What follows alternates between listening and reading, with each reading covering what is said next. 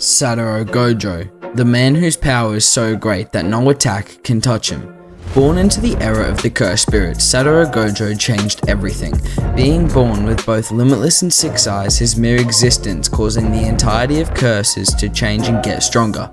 Gojo is a Jujutsu sorcerer, giving him the ability to manipulate cursed energy, with his abilities being centered around manipulating space and time to his advantage, creating the ultimate defense, Infinity, and can even manipulate the size and shape of these barriers. Gojo's most powerful ability is called Limitless, which allows him to manipulate and distort space to his advantage. He can create a limitless void that can suck in any opponent, and even has the ability to create a domain expansion, a space where he has complete control over everything within it, being so powerful that it can even affect the fabric of reality.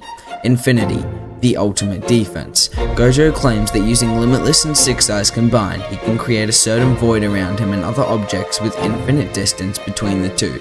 This being explained by some of the editors using real life math, resulting in the harder you try to touch Gojo, the further away you get. Following the rules of Zeno's paradox, from where point A to B, there's a halfway, then from that halfway to point B, there's another halfway, infinitely creating more halfway points the closer you get to point B from point A, theorizing that you can never reach point B from point A, causing infinity.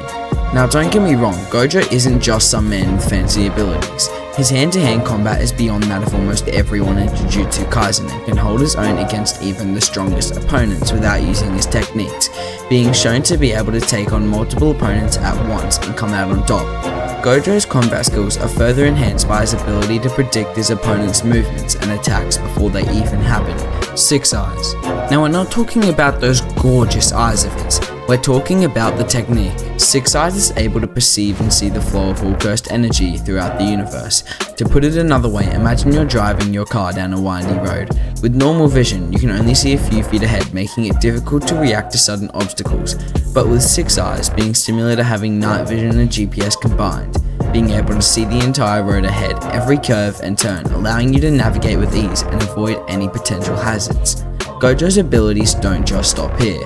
Red and blue, reversal and lapse, with blue greatly amplifying the amount of cursed energy poured into the technique, bringing the concepts of negative numbers and negative distance into reality, forcing real space to compensate and fill in the area by drawing everything toward the impossible. Now, I know you guys defo confused. Think of it like a black hole's gravitational pull. As a black hole's immense gravity warps space and time, it drags everything towards the center of it through multiple levels, eventually reaching the singularity. Inside the singularity, there's infinite density being crushed against each side of the singularity, destroying all matter to the point it never existed. Reversal red, being the opposite of blue, involving imbuing the infinity technique with positive cursed energy, creating an explosive surge of cursed energy that repels everything around it with immense force. But through Gojo's curiousness, he discovers something: hollow purple, the pinnacle of power, merging reversal red and lapse blue, ultimately infinitely pulling and pushing matter in the area of hollow purple, erasing all existence inside the ability. Throughout the Jujutsu Kaisen series, Gojo has been involved in several intense battles, one of them being against Jogo, the strongest disaster cursed, but Gojo cooked them. Also, going on to fight Sukuna and holding his own against a 3v1. Gojo's speed hasn't been measured much, or speed feats in general don't go very far in Jujutsu Kaisen, but based on a few sources and fights, we can confirm he is faster than light. With all this, Gojo really seems invincible, considering the fact that Kenjaku thought even with a 20-finger Sukuna and every cursed spirit fighting together, Gojo would still win. But with all this power, there's destined to be people out for you. Toji Fushiguro, the man who killed Gojo.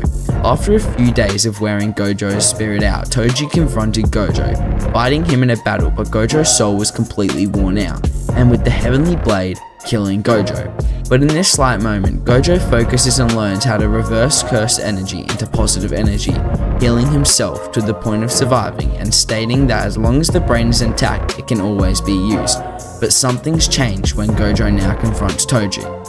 He's high as hell, performing his first hollow purple and deleting a chunk out of Toji's body.